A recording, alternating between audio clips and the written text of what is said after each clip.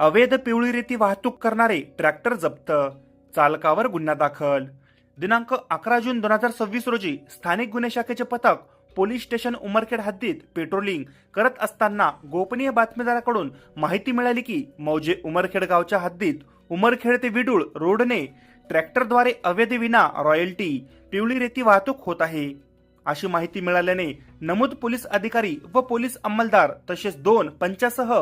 मिळालेल्या माहितीप्रमाणे चुरमुरा फाटा रोडवर सापळा लावला असता एक ट्रॅक्टर अवैध विना परवाना पिवळी रेती वाहतूक करून नेत असताना मिळून आल्याने ट्रॅक्टर व त्यामधील पिवळी रेती असा एकूण 4,06,000 रुपयांचा मुद्देमाल जप्त करून इसम नामे बबलू मारुती देवकर राहणार भगतसिंग वार्ड उमरखेड यास ट्रॅक्टरसह ताब्यात घेऊन त्याच्या विरुद्ध पोलीस स्टेशन उमरखेड येथे कलम 303(2) भारतीय न्याय संहिता सह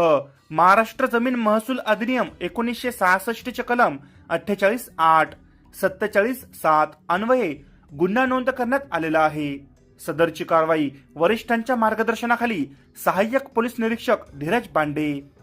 पोलीस उपनिरीक्षक अमोल राठोड, मुन्ना आडे, संतोष भोरगे, तेजाब रणखाम, सुभाष जाधव, कुणाल मुंडोकार, रमेश राठोड, सुनील पंडागळे, रवींद्र शिरामे, राजेश जाधव यांनी सदरची कारवाई यशस्वीरित्या पार पाडली आहे.